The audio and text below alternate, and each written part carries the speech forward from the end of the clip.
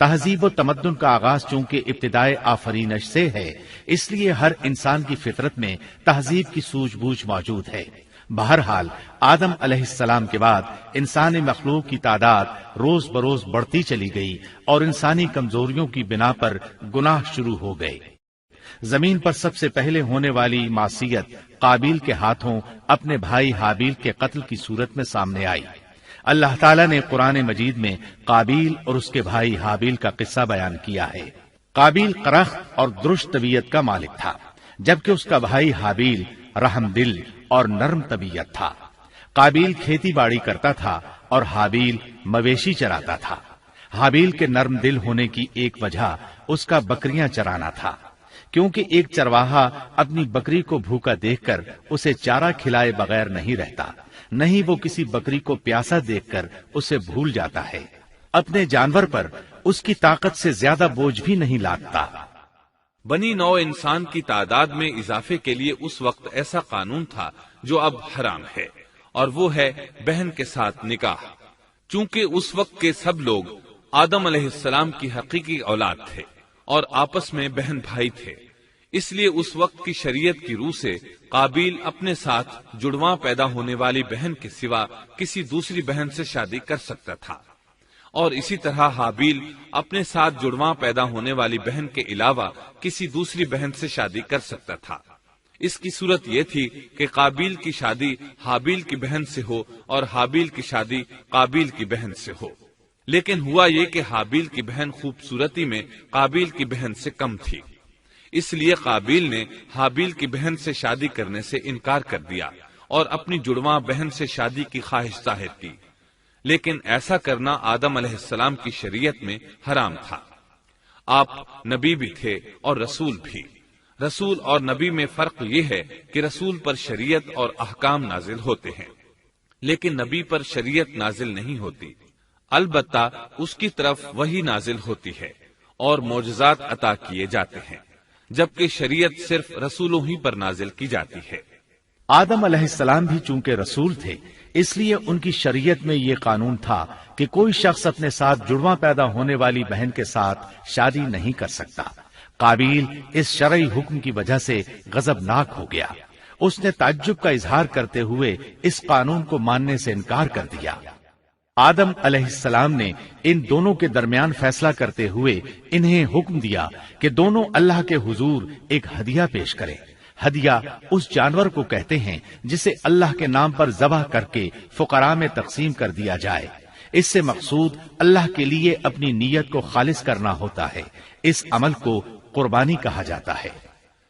آدم علیہ السلام کے زمانے میں قربانی کا جو قانون تھا اس کے قبول ہونے کی نشانی طے تھی، اور وہ یہ کہ آسمان سے ایک آگ نمودار ہوتی اور اس قربانی کو جلا دیتی۔ اس کا مطلب تھا قربانی قبول ہو چکی ہے، اور اگر آگ قربانی کو نہ جلاتی تو سمجھ لیا جاتا کہ قربانی قبول نہیں ہوئی۔ آخر قربانی کا دن آ پہنچا۔ حابیل نے اپنے مویشیوں میں سے ایک بہترین جانور لیا اور قربان گاہ میں لا کر اللہ کے حضور پیش کر دیا۔ دوسری طرف قابیل نے اپنی کھیتی کے غلے میں سے ردی قسم کا غلہ قربانی کے لیے پیش کیا۔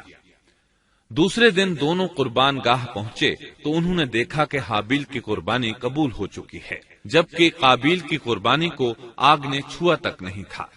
یہ دیکھ کر قابیل حابیل پر غضبناک ہوا۔ شیطان نے بھی اسے وسوسے میں مبتلا کیا کہ اپنے بھائی کو قتل کر دے۔ اس نے اپنے بھائی حابیل کو جان سے مار ڈالنے کا پختہ ارادہ کر لیا۔ اس وقت تک روئے زمین پر کوئی انسان قتل نہیں ہوا تھا۔ انسانی تاریخ میں یہ پہلا قتل ہے جس کا ارتکاب قابیل نے کیا۔ وہ اپنے بھائی حابیل کے پاس گیا اور اس سے بولا، میں تجھے قتل کر دوں گا۔ جواب میں حابیل نے کہا، اگر تو مجھے قتل کرنے کی کوشش کرے گا تو میں اپنے دفاع میں ہاتھ نہیں اٹھاؤں گا، اس لیے کہ میں چاہتا ہوں تو اپنے دیگر گناہوں کے ساتھ میرے قتل کا گناہ بھی اٹھا لے، تیرے گناہ زیادہ ہو جائیں۔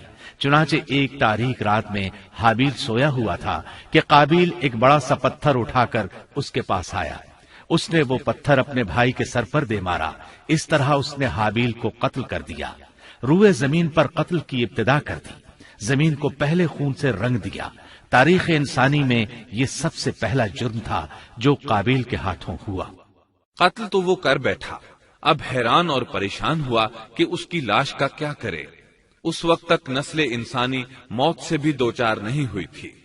آدم علیہ السلام کی اولاد میں سے اس وقت تک کوئی فوت نہیں ہوا تھا، اس لیے قابیل کو معلوم نہیں تھا کہ مردے کے ساتھ کیا کیا جائے۔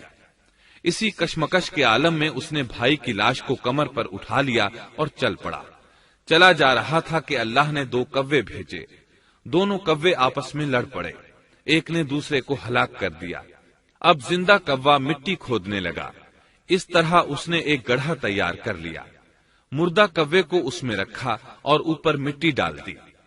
اس طرح قابیل کو دفن کا طریقہ معلوم ہوا۔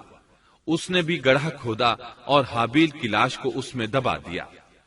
وہ اپنے کیے پر نادم ضرور تھا، لیکن اس نے اللہ سے معافی نہ مانگی، جبکہ انسان کے لیے ضروری ہے کہ اس سے کوئی گناہ ہو جائے تو اللہ سے معافی مانگے۔ قابیل اور حابیل کے درمیان جو مکالمہ ہوا، اللہ تعالیٰ نے اس کا ذکر سورہ مائدہ آیت 27 تا 29 میں کیا ہے۔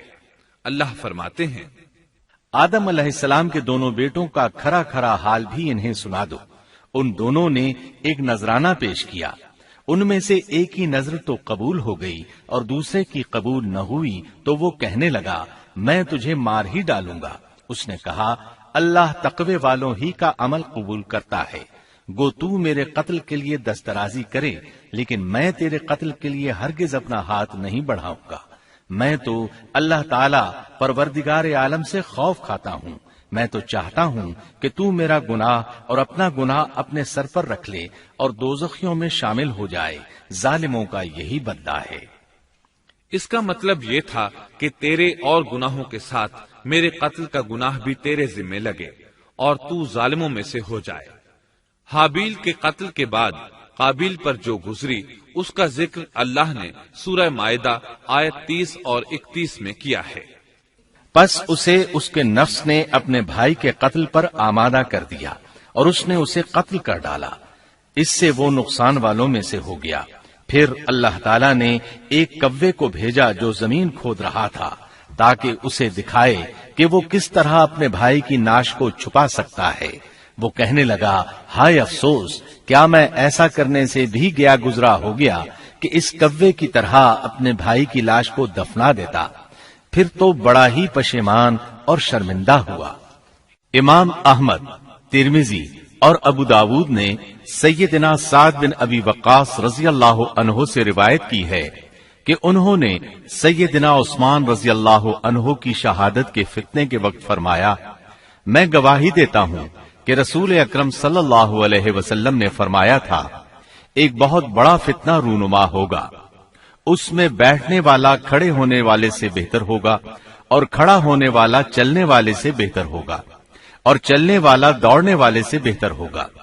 کسی نے کہا اگر کوئی میرے گھر میں داخل ہو کر میری طرف ہاتھ بڑھائے تاکہ وہ مجھے قتل کر دے تو آپ صلی اللہ علیہ وسلم نے فرمایا تو آدم علیہ السلام کے بیٹے کی طرح قتل ہو جا، یعنی اس فتنے میں قتل ہو جانا، حابیل کی سنت پر عمل کرتے ہوئے خود ہاتھ نہ اٹھانا، قاتل کہلانے کی بجائے مقتول ہونے کو پسند کرنا۔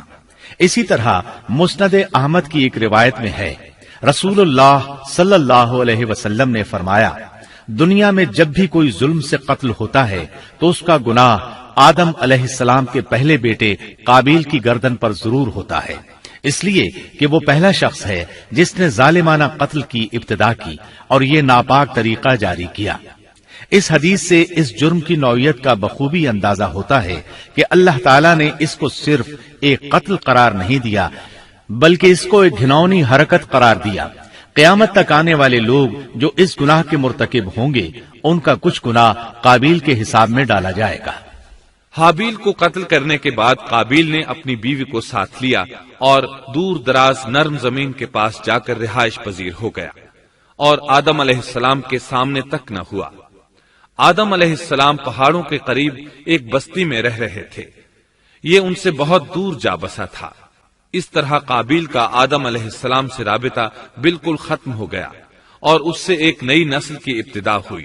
فحاشی اور اریانی کو ان کے ہاں عروج حاصل تھا۔ عبادت یہ لوگ اگرچہ اللہ ہی کی کرتے تھے، لیکن آدم علیہ السلام کی شریعت کے خلاف بے حیائی کے دل دادا تھے۔ تقوی کی قلت، احکام الہی کی نافرمانی اور فحاشی کا فروغ ان کے شب و روز کا معمول تھا۔ اس کے بعد لوگ دو گروہوں میں تقسیم ہو گئے۔ شریر اور برے لوگ قابیل کے ساتھ مل گئے، اور آدم علیہ السلام کے دیگر بیٹے اور نیک لوگ آدم علیہ السلام کے ساتھ مل گئے۔ آدم علیہ السلام 960 سال زندہ رہے۔ ان کی کل عمر تو 1000 سال تھی، لیکن 40 سال کم کر دی گئی۔ سیدنا ابو ہریرہ رضی اللہ عنہ بیان کرتے ہیں کہ رسول اللہ صلی اللہ علیہ وسلم نے فرمایا، جب اللہ نے آدم علیہ السلام کو پیدا فرمایا تو ان کی پیٹھ پر ہاتھ پھیرا۔ اس طرح قیامت تک جتنے انسان پیدا ہونے والے تھے ان کی روحیں وجود میں آ گئیں۔ پھر ہر انسان کی آنکھوں کے درمیان ایک نور رکھ کر آدم علیہ السلام کے سامنے پیش کیا۔ انہوں نے پوچھا، یا اللہ یہ کون ہے؟ اللہ نے فرمایا، یہ تیری اولاد ہے۔ ان میں سے ایک کی پیشانی کی چمک آدم علیہ السلام کو بہت اچھی لگی۔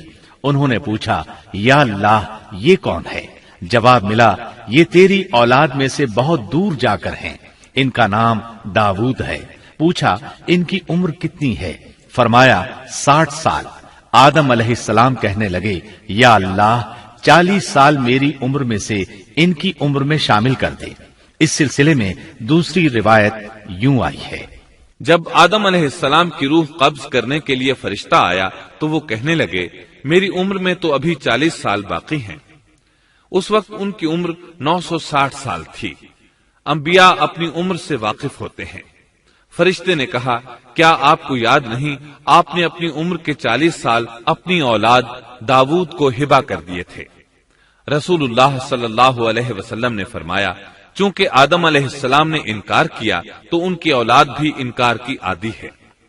آدم علیہ السلام خود بھول گئے، ان کی اولاد بھی بھولتی ہے۔ آدم علیہ السلام نے خطا کی، ان کی اولاد بھی خطا کرتی ہے۔ حابیل کے قتل کے بعد اللہ تعالیٰ نے آدم اور حوا علیہم السلام کو اس کا نعم البدل عطا کیا۔ اس کا نام انہوں نے شیس رکھا۔ شیس کا مطلب ہے اللہ کا دیا ہوا تحفہ۔ حابیل کے قتل پر آدم اور حوا علیہم السلام دونوں بہت غمگین ہوئے، اس لیے اللہ نے بدلے میں انہیں شیس علیہ السلام عطا فرمائے۔ سیدنا ابو ذر غفاری رضی اللہ عنہ سے مروی ایک صحیح حدیث میں ہے کہ رسول اللہ صلی اللہ علیہ وسلم نے فرمایا، اللہ تعالیٰ نے 104 صحیفے نازل فرمائے، ان میں سے 50 صحیفے شیس علیہ السلام پر نازل ہوئے۔ ان صحیفوں میں ایسے قوانین، اصول اور ضابطے تھے جن سے انسانیت کی زندگی منظم ہوتی ہے۔ شیس علیہ السلام نے آدم علیہ السلام سے علم حاصل کیا، لیکن آدم علیہ السلام کا تمام علم وہ حاصل نہ کر سکے، اس لیے کہ آدم علیہ السلام نے بالمشافہہ اللہ تعالی سے علم حاصل کیا تھا، اور بہت سی اشیاء کا علم اللہ تعالی نے انہیں سکھا دیا تھا، اس لیے وہ تمام علماء سے بڑھ کر عالم تھے۔ شیس علیہ السلام نے آدم علیہ السلام سے علوم سیکھ کر لوگوں کو سکھائے۔ لوگوں نے ان سے مختلف علوم، فنون اور پیشے سیکھے۔ انہیں شہروں میں رہنے سہنے کے بارے میں تعلیم دی، دن رات کے حسابات سے انہیں آگاہ کیا اور انہیں بتایا کہ کن اوقات میں وہ اللہ کی عبادت کریں اور عبادت کے طریقے انہیں سکھائے۔ احادیث میں اس کی وضاحت ملتی ہے۔